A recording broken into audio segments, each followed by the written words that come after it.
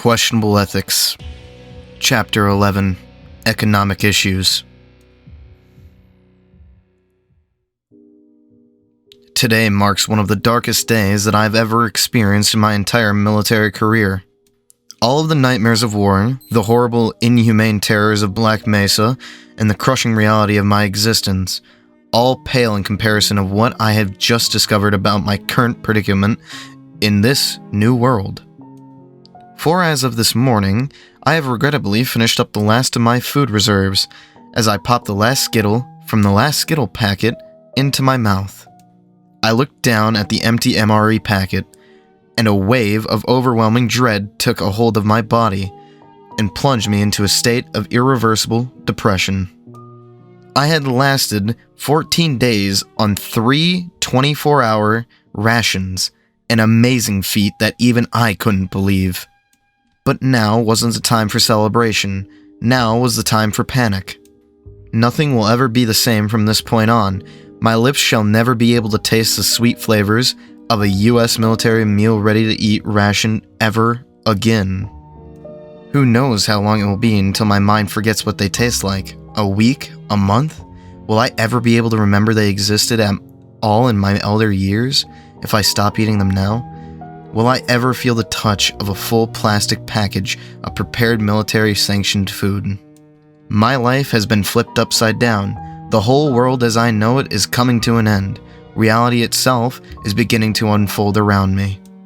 The fact that I lasted 2 weeks on 3 MREs is nothing more than a miracle to begin with. But now it's all gone. No more food, no more jalapeno and cheese spread, no more chili mac, no more charms. Even though I didn't eat those anyway. And worst of all, no more Skittles. How will I be able to feed myself from this point on? The future is bleak and cold.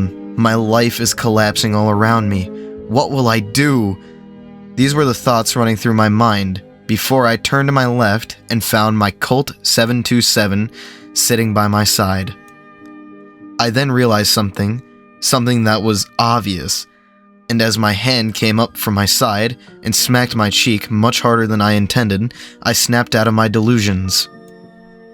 Oh yeah, that's right. I have a gun, and on top of that, I went to advanced marksmanship school when I was with the HECU. And before that, I managed to score an expert in rifle qualifications while in boot camp back at Paris Island, which is what landed my ass in the sniper platoon for the battalion once I transferred to Special Forces after the Gulf War. I leaned down, almost instinctively, and picked up the carbine and looked it over, dusting some of the dirt off the rear sight. Almost like my body was moving off of autopilot, I then proceeded to give the weapon a quick pre-combat check. I pulled back the charging handle halfway and saw the glint of brass in the receiver. I then let the bolt go back and pressed on the forward assist for good measure. Plus, on top of all of that, this is a fully automatic assault carbine. If I don't hit the target with the first shot I take, I'll definitely hit it with the next 29 I let off. I then stopped looking it over and paused while thinking about the implications of hunting in the surrounding area. I then came to the conclusion that maybe I should just ask for food instead of going around the woods blowing the heads off of rabbits and wild hogs. I don't think I have a hunting license either, but I don't think the Kieran will be checking for something like that, I said out loud before I looked up at the surrounding woods. Then again, I don't really want to turn this place into my own personal hunting grounds. Not sure the Kieran would like that. I guess I'll just have to ask for food. I looked to the ground in front of me in defeat and sighed deeply. I never wanted this day to come, but it was inevitable. As much as I didn't like it, my food reserves would only last me so long, and beyond that, I would need to adapt further. Of course, fulfilling a military diet here is going to be a bit of a hassle. As for the greater part of my life, and through the Marines, I have always been counting calories off of the ingredients list from the things I've eaten, and now I'm just gonna have to ask or spitball it, whichever comes first. Of course, that hurdle is going to be roughly easy to jump over.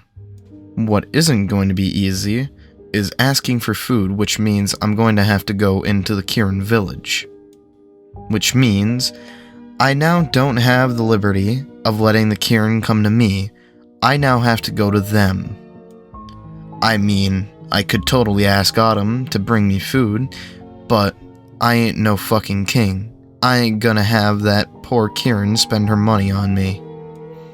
God, I hate the fact that I'm going to have to do this now. But overall survival is a human's best attribute. I must, therefore, I shall. God, this is going to be fucking awkward. I stand from my rock and straighten out my back. Soon, my gear is placed back onto my body with straps strapped up and buckles fastened. For now, my gas mask would be removed from my face and placed in its tote bag on my left thigh, while my Colt rests over my right shoulder, gently clunking along as I walk towards the Kirin village. Seeing the world without my tactical display is a bit alien to me. Taking the mask off while eating, drinking, and sleeping are the only times I don't have it on. Well, that and dancing. It feels strange to smell air that isn't filtered. And the world sounds quiet now in comparison without hearing my restricted breathing constantly as I walked. It did feel good, but at the same time, I do enjoy keeping a constant eye on my body's life signs. But I guess if I'm going to get friendly with the local population, it would be wise to let them see my face once in a while. And let them hear my deep baritone voice without it being shoved through a voice manipulator making it sound like I gargled bricks for the past 3 years. You know, I'm not one to pat myself on the back or anything, but I do have a good set of pipes on me. I could sing for literally hours if I wanted to. Hell, if my voice was a bit deeper and I knew some more songs, I'd damn near sound like Frank Sinatra. And would be happy to sing like him too. I'd be content, no, happy as a goddamn clam, to just sitting back on a bar stool on a stage with a light on me and sing away to hell and back. Maybe one day I'll have the chance to do that. Just sing on a stage in a tuxedo with my hair all done up nicely beneath a wide-brimmed black fedora. But I doubt it. My singing only sounds good to me, and me alone, probably because I've never sung solo before, or in front of anybody. I only sing in the shower when it's just me, my thoughts, and the voices in my head. Plus, I'm sure if I started singing Fly Me to the Moon in front of my squad mates, they'd beat the shit out of me and send me packing straight to the moon. For a good reason, I suppose. Still, it would be nice to sing again. Then, something made me physically stop in my tracks as a metaphorical glass window shattered in my head. Oh shit, someone has heard me sing before. Fucking Autumn! When we were on that mountaintop when we first found that radio, I sang the first chorus to St. Elmo's Fire. Fuck! I quietly cursed out loud as I replayed the scene in my head. I tried to recall if she had a ghastly look on her face when I sang, but I couldn't remember. I mentally kicked myself again in my fat stupid ass for letting my vocals out in front of her, as I could actually feel my cheeks grow hot. I could have totally compromised my biggest secret if I sounded good to her. Hopefully, I sounded like shit. I mean, she hasn't asked me about it since, so maybe I did, which is good. The last thing I need is for her to know that I can sing well. Because if she found that out about me, if I ever find other Marines from my platoon again, and she mouths off to them because, well, let's be honest, she can talk a lot. My reputation is ruined. Hell, not even my friends back home know I can sing.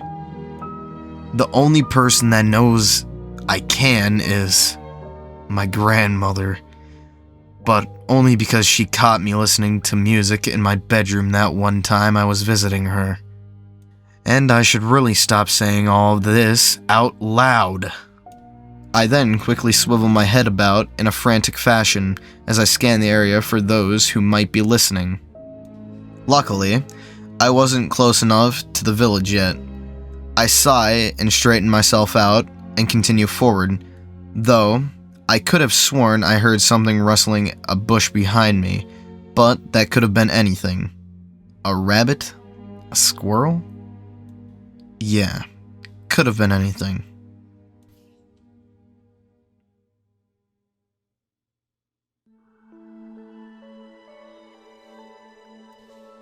Well, that was the end of that, everyone. Yeah, it was a really short chapter, or well, part.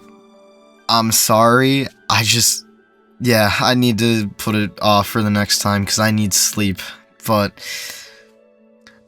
thank you all for staying around, and actually, special thanks to Firehearth, or if you're here, hi, but thanks for shouting me out, man. And I don't know, but hey, if you ever got any time to talk, I'd be down, just hit me up. But yeah, I hope you guys all enjoyed this part to Questionable Ethics. And also, I got a Discord server for anyone that's got Discord. I will put it in the description down below. Also, please leave me comments. I love reading them and replying to them. You can really ask me anything, tell me anything about your day. I don't really care what it's about. I just like to respond to them and read them. It's so I can be interactive with my community, especially at times like this, where I don't post anything for a very long time because of stuff that's happening in personal life, which right now it's school and relationship. But once again, thank you all for sticking around this long and actually caring for the YouTube channel that I tried to build here. I guess that's really it. Everyone have a good day. Stay golden.